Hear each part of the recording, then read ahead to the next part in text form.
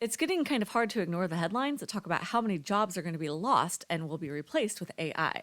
If you are concerned about that, I have some good news, and you are going to want to stay tuned for this conversation with Preston Callicott. There is so much happening in AI that we didn't have enough time to capture it all in that one conversation.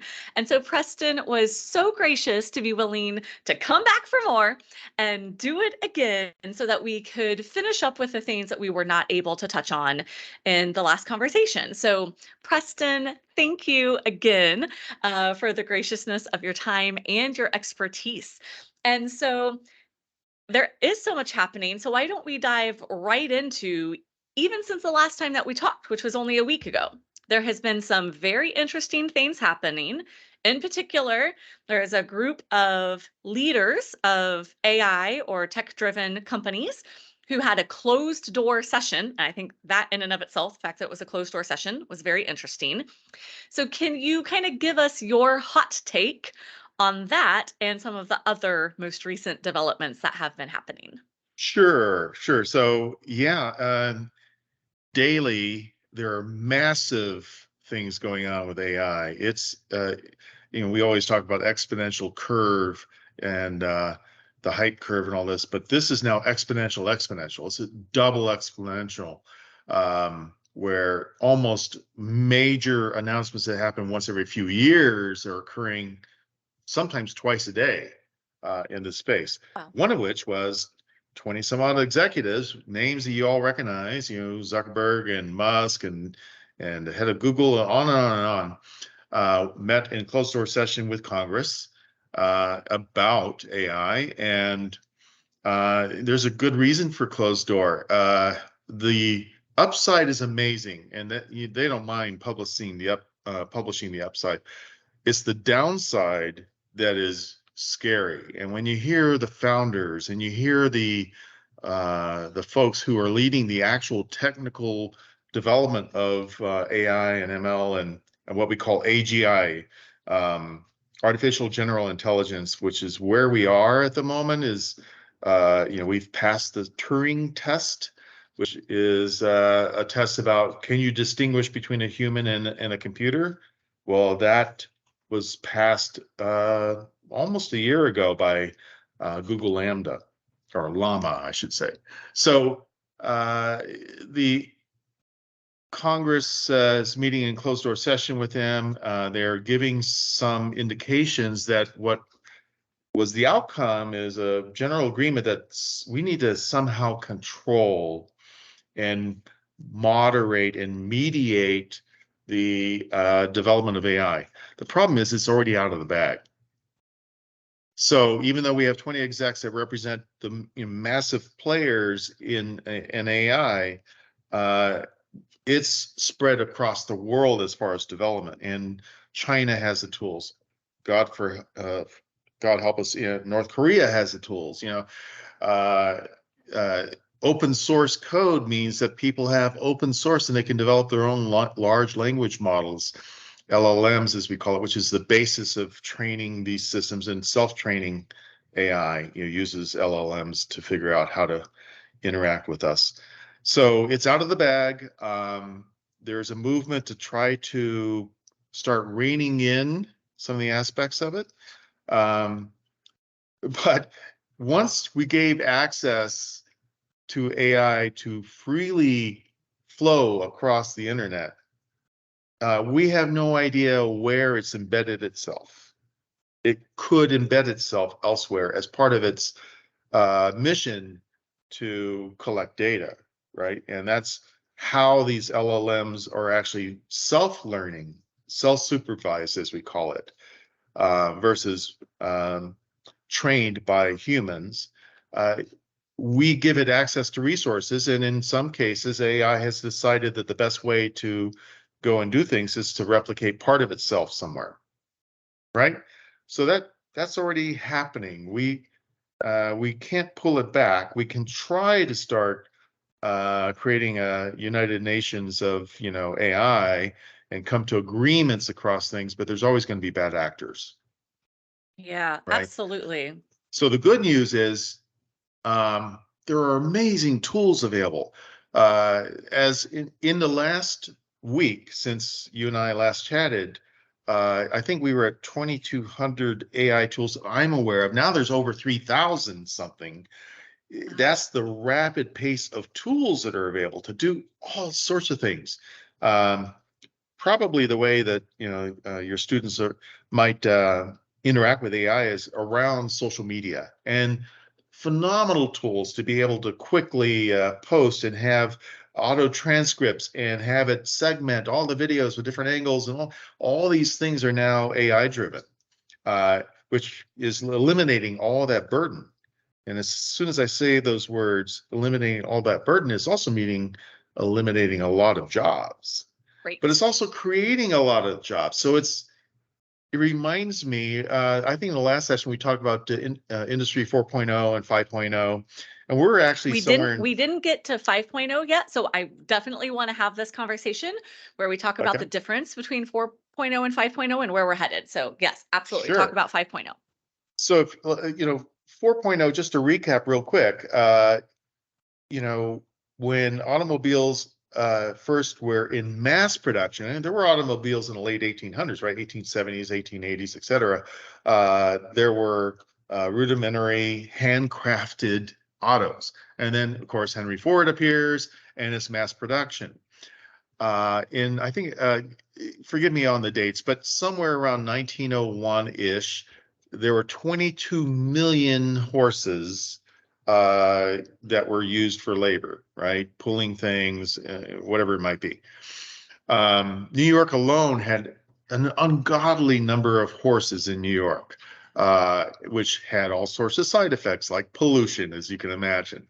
But when the autos started hitting, by 1920, there were virtually no horses used for pulling, transportation, such as deliveries or whatever it might be. It was almost an overnight transition from a horse-based technology platform to a auto-based technology platform. Right. And what happened is that horse-based economy. Now you imagine 22 million horses, the number of veterinarians that had to exist. I forget the terms, farriers. That's, farriers Right. that would go and put horseshoes on, and all sorts of things that occurred around this industry, buggy makers, on and on and on, Right. saddle makers. Almost overnight, they all disappeared, except for very few, because horses were still being used out on farms for either recreation or for managing herds, etc. Even today, we still have horses. But from a mass transportation vehicle to a hobby horse / Right. rare use case, right? Within 20 years, Yeah. right? Less than 20 years. So that's what's happening now, right? So all those jobs that were destroyed, the furriers and everyone else associated with it, the folks that provided feed or whatever it might be, were vastly replaced with all the new job opportunities, factory workers, repair, auto repair centers across the U.S., the guys who made the highways at the time, right? The infrastructure that developed, gas stations, name it. Millions of jobs more were created than that was ever lost. And we're in that phase now. So we're in the phase where, technology's been, eliminating jobs left and right. We just haven't felt it because every time we eliminate them, it creates 10x more other jobs. And that's what's happening. And each time we're creating new jobs, we're elevating ourselves up the food chain of Right. what we're delivering, right? We're no longer If shoveling the pollution of the horses. We're building highways. right, yeah. So it's upscaling humanity's purpose in as far as engaging with labor of some sort. So and we're in that phase right now. We are in a population shortage as far as jobs. We have millions and millions of jobs, and in tech alone, we have millions of jobs. So you hear about a 10,000 person layoff at Amazon. That's a rounding error. They have over 1.1 million employees worldwide. So that, they hire that easily in a month, right? And then talk about seasonal, it's 20 million or whatever it's during seasons, et cetera. So the job losses are far and above outweighed by the job opportunities. Now it's the reskilling that's happening. Just like back then, how does a buggy maker make it, get into a manufacturing of some auto part, Right. right? How do they get out of skilled, unique hand-built models to a manufacturing process that keeps up with the number of autos being created? Air filters, all the things you can imagine that someone's creating, tires, whatever it might be to keep up with it. So at this phase, going from 4 to 5, and right now we're at 4.5. So 4.0 is, we have computers, we have bandwidth, we have Internet of Things, all these things that we've had for a while. IoT was the buzz term not too long ago, and now it's like we don't even mention it because it's just everywhere. It's not a new thing. We don't talk about table legs. It just is. So we have gone into a transition to 5.0 much faster than anyone imagined that we would be in 5.0. And there's so many resources to go tap about the predictions that were made. Ray Kurzweil is one that I suggest everyone look up. A tech pundit who's almost been dead on. Matter of fact, the problem was his predictions. He predicted much further out than most of them have hit, right? Like automation in vehicles and all sorts of things. And the most important transition that's sort of scary and awesome at the same time, going back to the scary and awesome. There's this moment that we talk about in tech, and I get goosebumps just saying it, it's called singularity. And singularity is defined as the moment that general intelligence, AI, becomes self-aware. And even now, it's hard. How do you identify that humans are self-aware? So it's like it's even hard enough for us to detect for ourselves of what is, computational and mechanical. And then when do you know that there's something that says I am? Right. And so if it's hard I mean, enough that would for us go to, all the way back to what? It was Rene Descartes who said, I think, therefore I am. I am, So exactly. then And that since, gets us into, hopefully, I'm not putting words in your mouth or misdirecting, sentience. yeah, and sentience is the nature of singularity is the moment AI becomes self-aware. The question is, how fast? Is it a billionth of a second or a year or two when it decides how it's going to interact with humans? Right. Right? Are we ants? So to give you an idea, talking about ants, Einstein and ants, all right? Einstein, everyone is pretty much in agreement that he had about a 160 IQ, maybe 165. Today, ChatGPT 4 has a 155 IQ, right?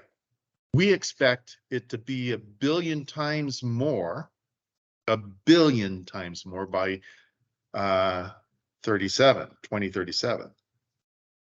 Right? Wow. Because it's doubling and doubling and doubling. So if you look at each iteration and the time span between those iterations of just the current models, Llama, ChatGPT, name the models, the rapid doubling it's the acceleration is occurring with the doubling, Right. right? So Yes. it's double whammy happening. So imagine Einstein and an ant. That's about a billion times difference in IQ. I don't know about you, but this conversation makes me ask myself, if AI is going to be that much smarter than me and is going to have that much higher of an IQ than I have, what do I bring to the table? Is it emotional IQ? If so, what can I be doing to make myself that much more relationship oriented? What can I do that actually makes me better at connection? Maybe it is understanding humor or context or nuance. Whatever it is, it makes me want to figure that out. So drop in the comments what you think it is that humans could possibly bring to the table or they could do that is of value, given we may be interacting with systems that are that much smarter than we are.